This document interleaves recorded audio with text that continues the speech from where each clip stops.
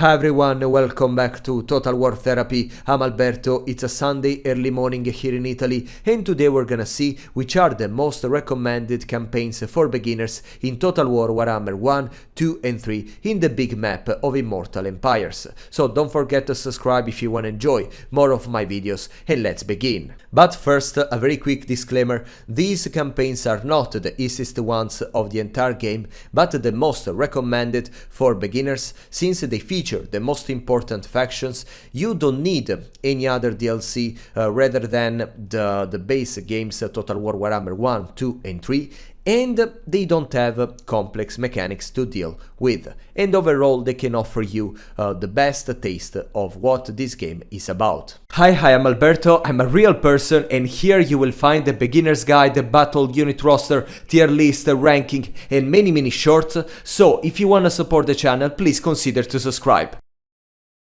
Let's start with the first campaign recommended for beginners if you have Total War Warhammer 3. I suggest you to play with Zhao Ming, the Iron Dragon, if you wanna have a first look at the faction of Cathay, or in general if you wanna play with an Order faction in the third game. Now, we're gonna first see the starting army, the faction and the lord effects of this legendary lord, and then we're gonna move to the campaign map to see the situation with the potential enemies and allies, the directions where you can expand your empire, and the areas that you should avoid. Let's see the starting army. The starting army has a very solid front line of Jade Warriors and a unit of Celestial Dragon Guard that is very elite, and if you want more of them you have to wait the mid-late campaign. Then a couple of Peasant Long Spearmen that can cover your flanks at this point of the game, a couple of Missile Infantry that you can deploy behind your front line to shoot at the enemy but protected. Then a unit of Great Longma Riders that is another very elite unit, quite versatile, that you can send everywhere that it's needed, and it will be very powerful in the early campaign. And then the Fire Rain Rocket Battery that is an artillery with a very long range that against the other starting armies of your enemies it will probably give you the range superiority. Now, about the effects overall of this legendary lord, we can say that Zhao Ming will boost all the melee units, the caravan mechanics, and the Ogre Kingdoms units. Let's start with the melee units that will have an increase in the armor of 15 points and then a reduction of the upkeep by 25% if they are in the Zhao Ming army.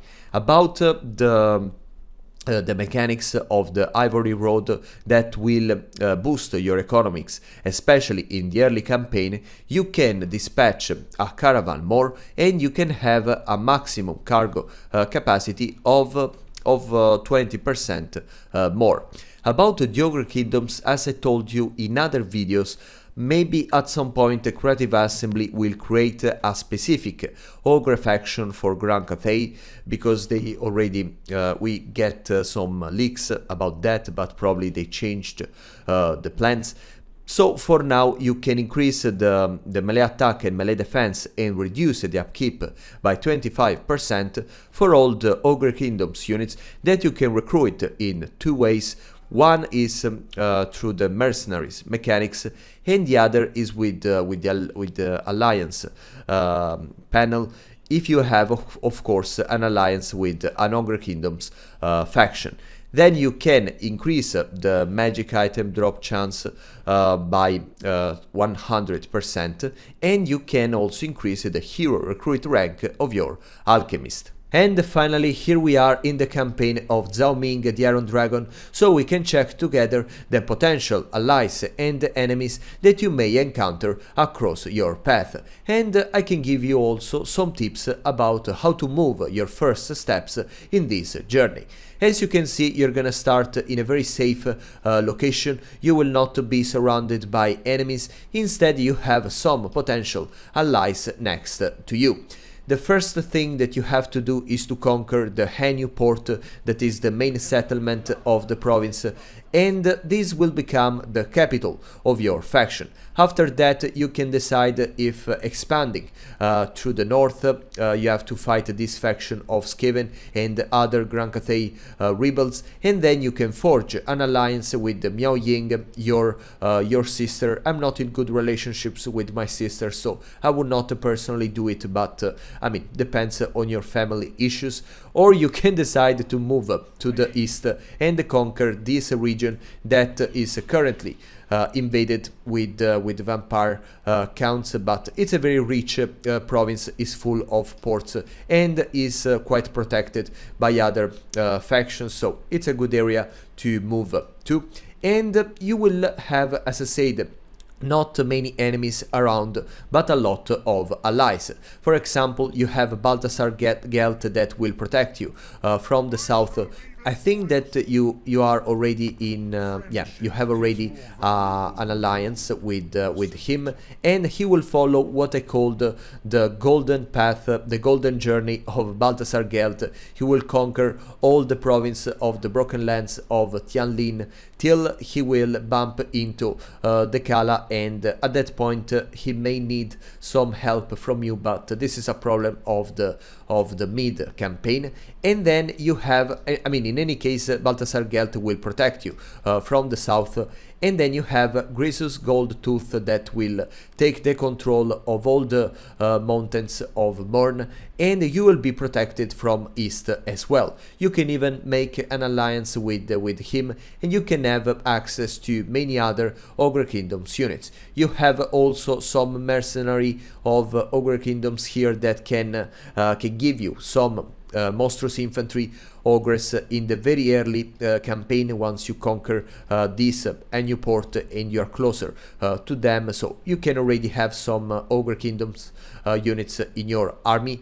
And yes, then the only threat in this campaign is probably Gorst, Helman Gorst, that is another faction from the Vampire Counts that is quite strong, but you will not be his first target, so don't worry about that. You can just consolidate your empire and then try to defend this border, expand to the north, expand to the east. And you can decide also to help some of your allies like Balthasar Gelt of Grisus that, I mean, he doesn't have any major threat. Yeah, as you can see, it's a very easy campaign, so you will not struggle with that, and you can start to master the mechanics of this faction.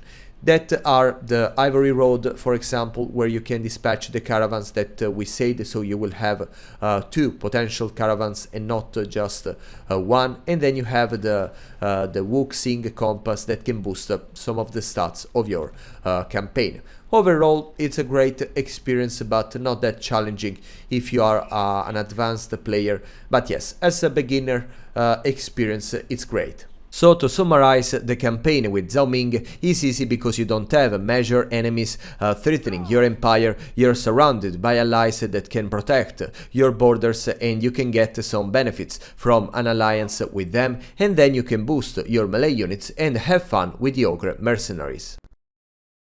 The second campaign that I suggest you, if you are a beginner, you possess only Total War Warhammer 3 and you want to have your first experience with a Chaos faction, is Skarbrand the Exiled from Khorne. We're gonna see again first the starting army, the faction and the Lord effects, and later we're gonna move to the campaign map.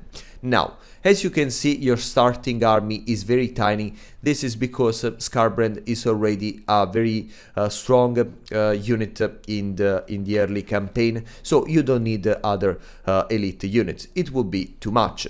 You have a couple of Chaos Warriors of Khorne shielded that will be the backbone of your army at this point, and then some Bloodletters that are a little more vulnerable, but they deal more damage. But yes, you can use them as support troops, not as front line.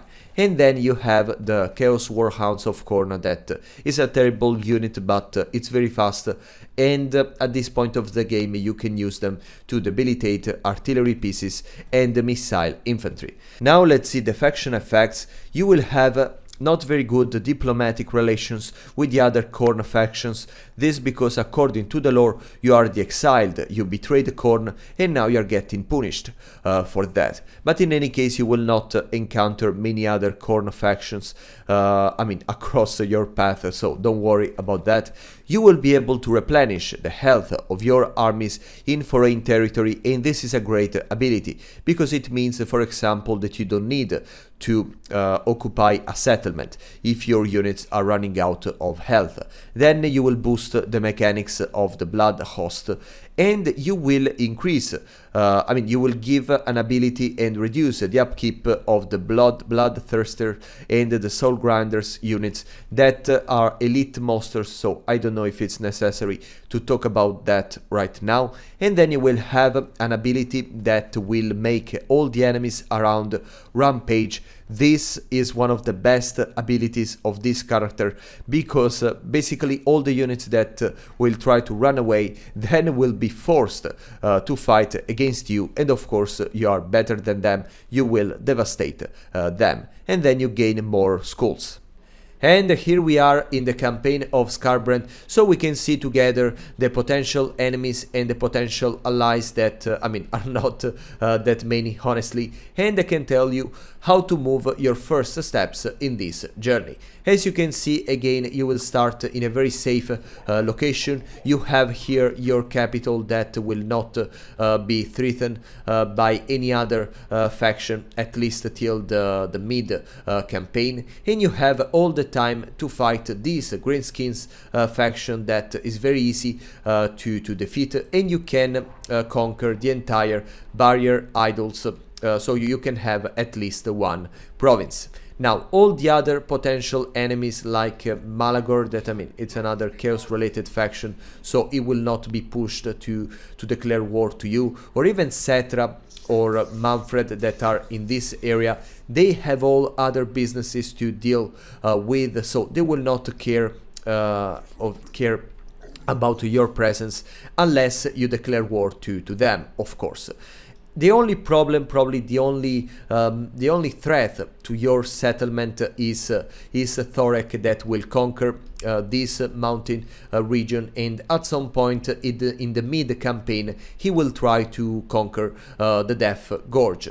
But again, it's not a problem of the early campaign, and you have all the time that you want to prepare for this situation. Now, what you can do with your campaign if you are not pushed to go anywhere? You can decide to go towards the north. You can fight or make an alliance with Malagor and then conquer some of the dwarfs strongholds here, or you can focus on the Badlands and fight against the other Greenskins faction, or you can decide to move on the east, where we can say the territory is not that pleasant for you, but you can still decide just to raise it or to sack it. It's not a problem. You will find some Bretonia and Tom King's factions over here that will not be a problem for you, or you can also decide to expand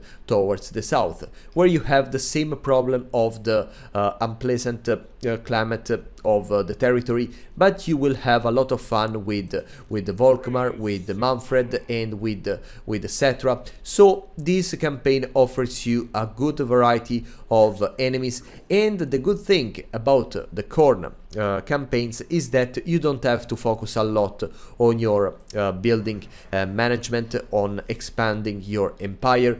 You will have just to attack again these factions, to sack and raise their settlements multiple times till you are satisfied, and gather resources to upgrade your army, your buildings, and so on. So it's quite easy for beginners, and I can tell you, you will have a lot of fun, especially, as I said, if you want to focus more on the battles and less on the management.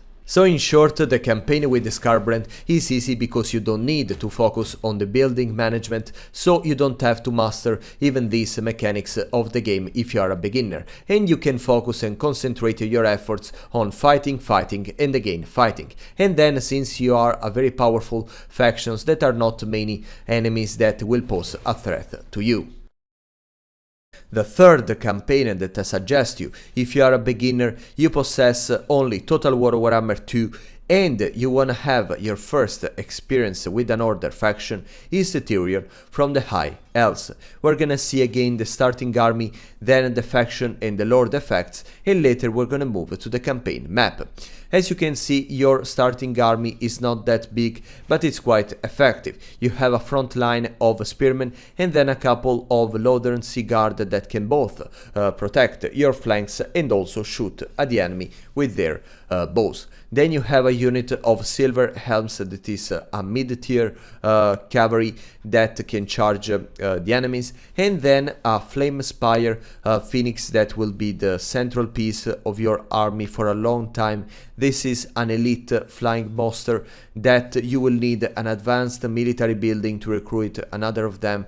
You can bombard the enemies with this ability, and you have a chance of regenerate all your hit points when you're about to die, but don't try because it can be dangerous, believe me.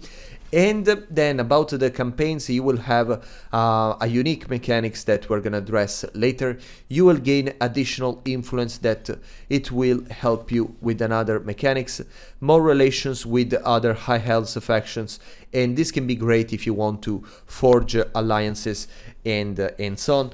And yeah, less local recruitment for melee for infantry and cavalry, and you will have for your Lord army a reduced upkeep of 50% for most of the base bread and butter low tier units. That this is great not in the late campaign, but at least in the early campaign.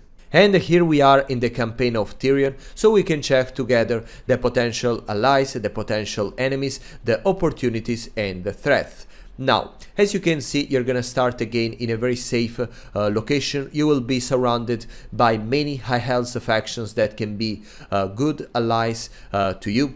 You will have to conquer this first province of Cathay that is very rich with a couple of ports and many resources. You have to defeat this Dark Elves faction that is very easy to deal with, and then you can start to forge some alliance with some of your colleagues, and you have a special mechanics with Tyrion where you can get unique abilities if you make alliances with the main high health factions. Now, then you will have another mechanics that is the intrigue at the court, where you can boost your relationships with some specific factions if you want to boost the trade or the diplomacy of this campaign. About the potential enemies, you have the Count Noctilus that will start here, and at some point, maybe in the early or maybe in the mid campaign, he will attack you, and his headquarters will be at the Galleon's graveyard that at some point, if you want to hear my suggestion, you need to occupy or raise it, so you will prevent them from coming back, and once you defeat its ship, the faction will be annihilated. But yeah, you have to be careful because at some point it will definitely attack you. Then you have this faction of orcs that will be destroyed by Eltharion, at least in theory, but you can also help him and get some of these territories. There is Nekari in the north of Ultuan that is unlikely that he will penetrate inside the inner part of Ultuan, even because there will be Alariel to defend the border. That is probably your main ally that you will have in this campaign, but there is a chance that he will conquer all the western side of Ultuan. He will destroy Yves, Eltharion, and he will reach you in the south. But at that point you have all the time to prepare for this contingency. And honestly, it's a great campaign because, I mean, you don't have major challenges, but you can decide where to expand your territories. You can move to the east side of the world and conquer a little of Nagaron. As you can see, the territory is still pleasant for you. Or you can go to the west side and conquer some settlements in Bretonia, but here the climate is not pleasant for your faction. Or you can even move to the south. I mean, it's very flexible. You can just do whatever you want once you secure the Ulthuan. And yeah, I think that for a beginner player, sorry for my phone, the morning is starting. Yeah, for a beginner, this is a great campaign, and yeah, High Elves are probably one of my favorite factions. So to summarize, the campaign with the Tyrion is easy because first, you live in Ulthuan, so in your homeland, and you're surrounded by other High Elves factions that can be powerful allies, and you are good at diplomacy. Then you're gonna be very rich, both for trade and ports, and then you can expand wherever you want. Once you secure at least your coast of Ulthuan, then you can just decide in which direction to take a new journey. The fourth campaign that I suggest you, if you wanna try a different Order faction in Total War Warhammer 2, is Gor Rok from the faction of the Lizardmen. Now, we're gonna see first again the starting army, the effects of the Legendary Lord, and later we're gonna move to the campaign map. The starting army is little but is tiny but solid. You have a front line of two kinds of Saurus warriors, some with the maces and the other with the shields that are more suitable against large entities, a couple of skinks with javelins that can offer a little of missile support and then they can engage in melee, and the centerpiece of your army will be the Bastiladon Revivification Crystal. That is very tough and very hard to take down, especially at this point of the campaign, and then you have this ability that can regenerate the health of your troops. Now, about the faction and the Lord effects, first you're gonna have Lord Krok under your control since the beginning of the campaign, and this is great because Lord Krok is probably the strongest legendary hero in the entire game. It has these powerful abilities that can devastate the enemy army, and it's a blessing that you're gonna get it that soon. Then you will increase the defensive supplies for your siege battles, not only of fortresses but also of the minor settlements with the walls, if you have that building, the building that provides them.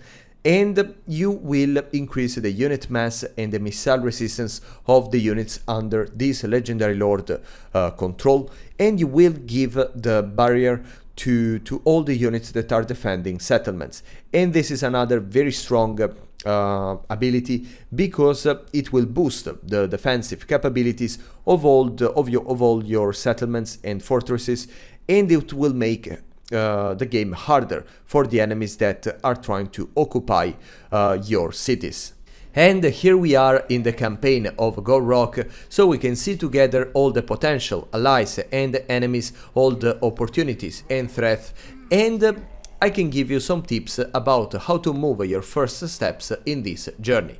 Now, as you can see, Gor Rok starts in the middle of Lastria, and he's actually surrounded by enemies. But it's not a problem because first, you're a very strong faction, and second, because as I said, you have some boost for your I mean, if you want to defend your settlements. And at the same time, all the other lords and factions, they have bigger problems than you, so you have all the time to decide what to do with your campaign. The first thing that you have to do is to secure this province and get this couple of settlements from this Nargol faction. And once you do that, you can just decide in which direction to expand. Here there are some Skaven. You can find Luthor Archon from the Vampire Coast that is in this side of Lastria, but he will never try to attack you. I mean, he will never go that inside Lastria just looking for some enemies. You have a couple of potential allies, for example, not a couple, sorry, just Alberic, because with the Marcus Wolfheart, it's not the case. I mean, at least according to the lore, you should never be his ally. Then you have a Skull Taker that sometimes can decide to move in this direction, so towards west, and in other scenarios it can move towards east, but in any case it's not a hard faction to deal with, especially if you're playing defensively. Or here you can fight against some Skaven. You have a Dwarfs faction that you can make an alliance with, and you have a Lord Skrolk here that will conquer this part of the map, and this is probably the only potential enemy that can cause you some difficulties, but once you deal with that, and I mean, it's getting only easier. There are other Lizardmen factions that at some point you can make some alliance with, for example with the Mazzamundi, but also with the Jade Dragon, with Tenawi that is in the south of Lastria. So overall it's an easy campaign, definitely, so don't worry about that. All the enemies are manageable, and you have, as I said, all the time to consolidate your defensive position and just do whatever you want. And then here there is Lord Skrolk waiting for your orders. So in short, the campaign with Gor Rok is easy because you have a lot of defensive boost, so in case you are attacked by your enemies, you will have all the cards to win the fight. Then you get not a lot of enemies around. I mean, you have a lot of enemies, but not enemies that will come after you. And then you have an army of Enhanced Saurus and Lord Croc that we can say it's quite powerful from the early to the late campaign. The fifth campaign that I suggest you, if you are a beginner, you have only Total War Warhammer 1 and you wanna try not a Chaos but a Destruction faction, is Grimgor Ironhide from the faction of Greenskins. Now, as you can see, you have a starting army pretty good, with a front line of orcs of different kinds, and then a unit of black orcs with great weapons that at this point of the campaign they will be basically indestructible, so you don't have to worry about them. You have a couple of goblin archers for missile support, a unit of cavalry that is faster, and an artillery piece that is probably the best of this roster, the Doomdiver catapults, that are very accurate and good against the characters, cavalry and monsters. About the faction and the Lord effects, you will basically boost the Black Orcs units with many different stuff. First, you can reduce the upkeep, you can increase the hero capacity for the heroes of the Black Orcs, and you will give the attribute of causing fear. Then you have the Grimgor Wag that, I mean, is a mechanic that we're gonna address later, but it will be very helpful in the early campaign for when you want to conquer new areas of the map, and you will replenish the movement range in your campaign after winning a battle. That will make your campaign even more aggressive and offensive, and then you will have additional income when you win, when you win a fight. No, not when you win a fight, sorry, when you loot a settlement. No, maybe no, okay, sorry, sorry, it's very early morning, so I'm still a little dazed by the night. You're gonna get more income for all the battles that you're gonna win. And here we are in the campaign of Grimgor, so we can check together which are the potential allies and enemies and what are the major opportunities and threats. Now, as you can see, you will start in a very complex location because you are in the north of the mountains of Morn, and here the land is basically a labyrinth, but the secret is that you don't need to care because no one will dare to annoy you. You're a very strong faction and you will be defended by the territory itself, and this is a great advantage. You will have to fight against a couple of minor factions to secure this area of the map, these Ogre Kingdoms armies and the Greenskins, together with some other armies all around. But once you do that, you are free to do whatever you want. You don't have any other mechanics, so you can focus on expanding your territories and fighting, and you can decide whether to go to the north or to the east. But you have to consider that except a couple of settlements, then the climate will be extremely unpleasant for you. So if you declare war to these factions, then you have to co-live with the fact that you cannot easily expand towards this area, because I mean it's unpleasant. So they can attack you and they can conquer you, but you are not, we can say, I mean you have no benefit in conquering them. So I would suggest you to just expand towards the west. You will find Astragot that will focus more on this area of the map, so you can just ignore him or or declare war, depends on your strategy. I would not suggest you to move to the south to the southwest, because this faction of Chaos Dwarfs is particularly strong and it's very hard to get this province, because as you can see it's already well defended since the beginning of the game. Or you can just move southwards and conquer the mountains of Morn. You will find only Grisus Gold Toth that is the only major enemy that you will find in this direction.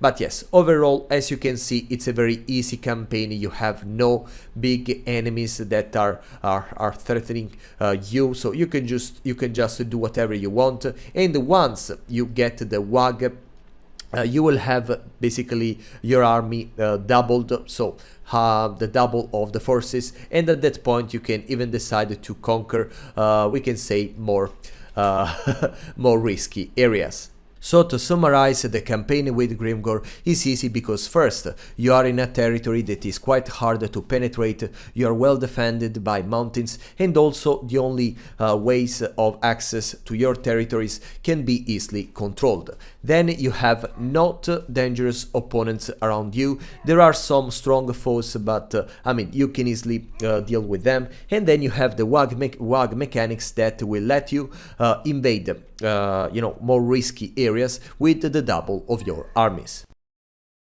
Another faction that I can recommend you in case you wanna try a Order faction and you have a Total War Warhammer 1 is the one of Thorgrim, Grudge Bearer from the faction of Dwarfs. That again we will see the starting army, the faction and the Lord effects, and then we will move to the campaign map. Your starting army is very tough and strong. You have a good front line of Dwarfs warriors, a unit of long beards and a unit of hammers. That is one of the most elite options of this roster, and also a unit of miners that can protect your rear guard. Then a couple of quarrelers that can offer you some missile support, and gyro bombers that is another very elite flying unit of this roster, and it will be the central piece of your army till the mid campaign.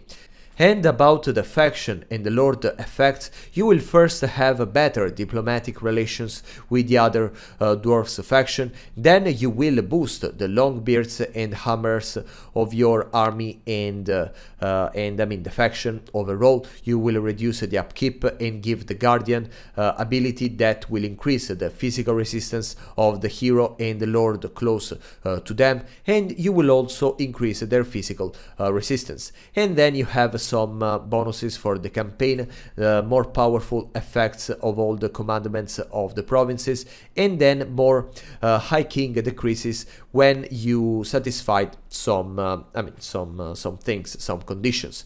Overall, it's a great start here, and we can move to the campaign.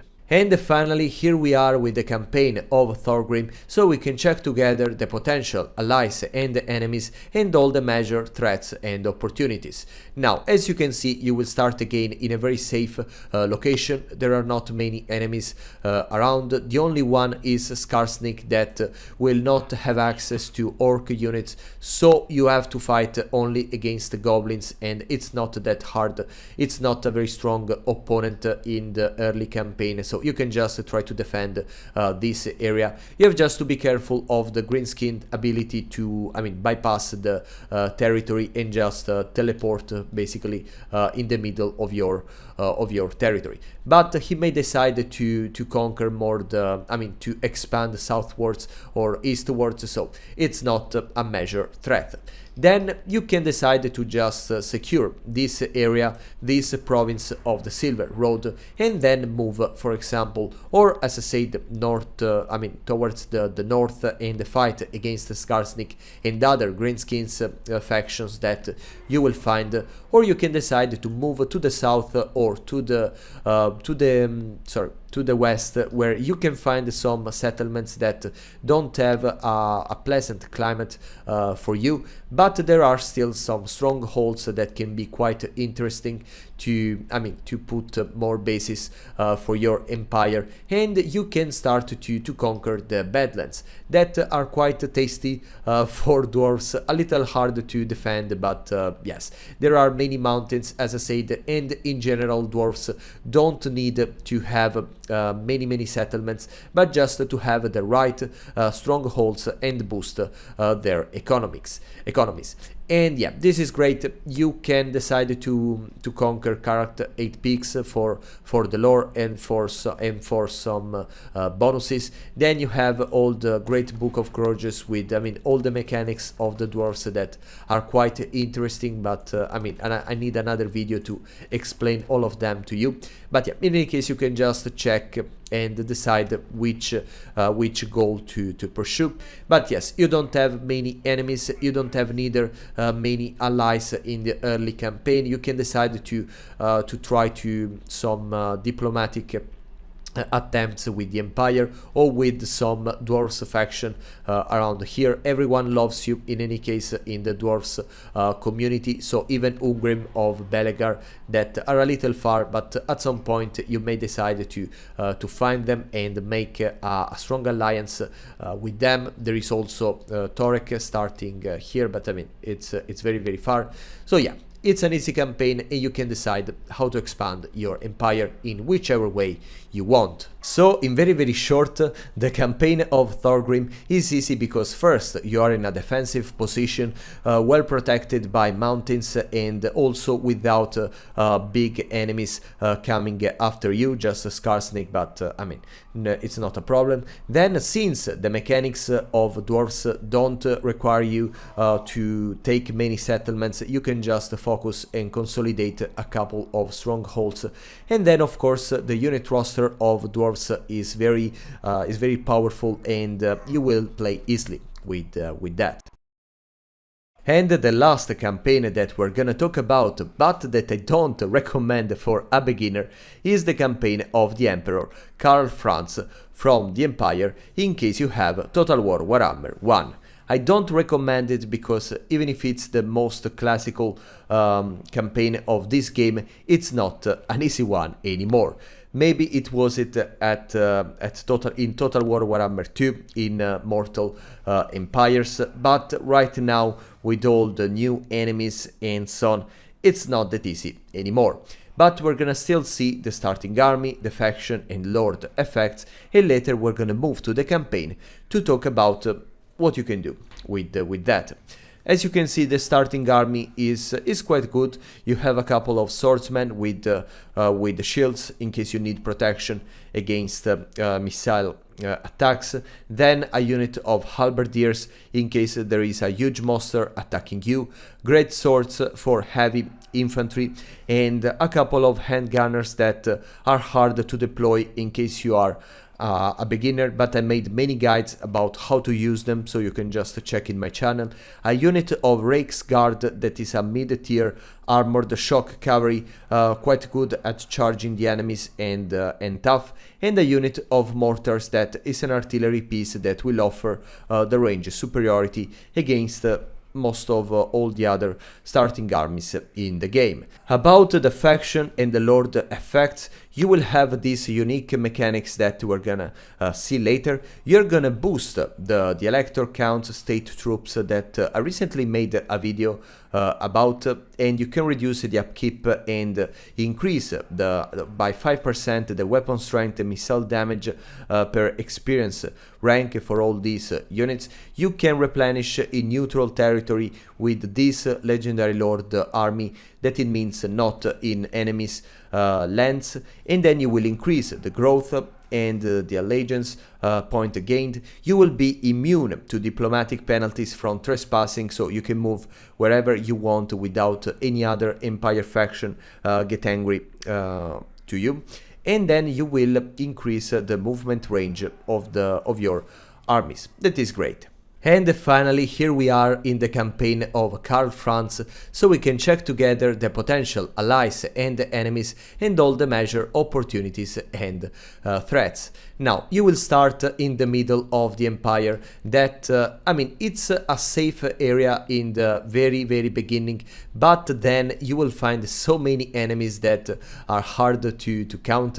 From the south, there will be some potential orcs or vampire counts, but at the same time, it may happen that Bretonnia conquer all the area, and you can have a strong ally in I mean from the south, from the southwest.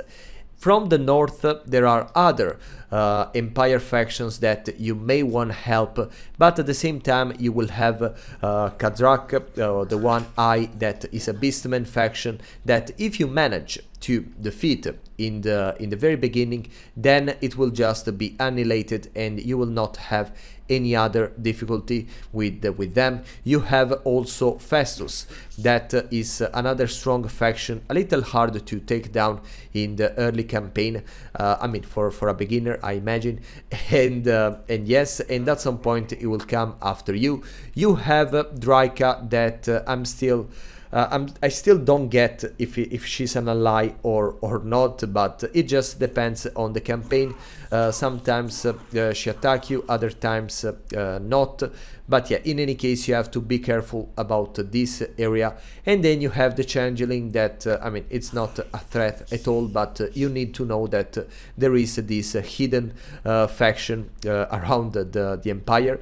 And then you have Vlad and Isabella. They are the major problem for me in this campaign. It depends on the situation. In some cases they expanded and they expand and conquer all the empire, so you have to run to help these empire factions. Or sometimes there is, for example, Elspeth from Nuln, that she will manage to go after them and defeat their faction. And yes, from the north you can be attacked at some point by Norska, and the big problem about the northern border of the empire is that Norska is unpleasant climate and territory for you, so you have no advantage in conquering them, but they will try every way to pillage your settlements in the north and conquering you. So in the already from the mid to late campaign, you will have to defend these territories from all the incursions of Norska, and also from here there is the chance that Kislev survive and consolidates his empire. Otherwise, there will be so many chaos factions invading this area, from Adadel to Norska. In some cases, there is Throth the Unclean that will take control of the entire Kislev area, and I mean, fighting against him, it may be a problem. And there are also Astrogoth, there is Arbal, and yeah, many other, also Archon in some cases, that can attack you. So yeah, you have so many enemies that will threaten the Empire that yeah, it's hard to deal with all of them. It's a very challenging campaign, and then you have a unique mechanics added with one of the last patches, yeah, I mean, with the Thrones of Decay rework, that I mean, it's great, and it can help you a lot with all the business that you have to do. In any case, yes, not a campaign for beginners. And then I mean, army wise, the faction of the Empire is a little tricky, we can say. And yes, I hope you had fun with my video, and let's see very soon. So the campaign of Karl Franz is definitely not that easy. You will be surrounded by many enemies from different civilizations from the mid-campaign on, and the roster of the Empire is a little challenging. I mean, let's be honest, the Empire is probably the best faction of this game right now, but you need to understand all the battle tactics, the strategies, how to use the gunpowder units, and yeah, everything, because otherwise it's not like Khorne that you can just send your troops to attack and that's it. I mean, you have to master all the rules of this game. That's why I don't suggest these campaigns to the beginners, but at some point you can definitely play it and have fun. Thank you for following me, and see you very soon.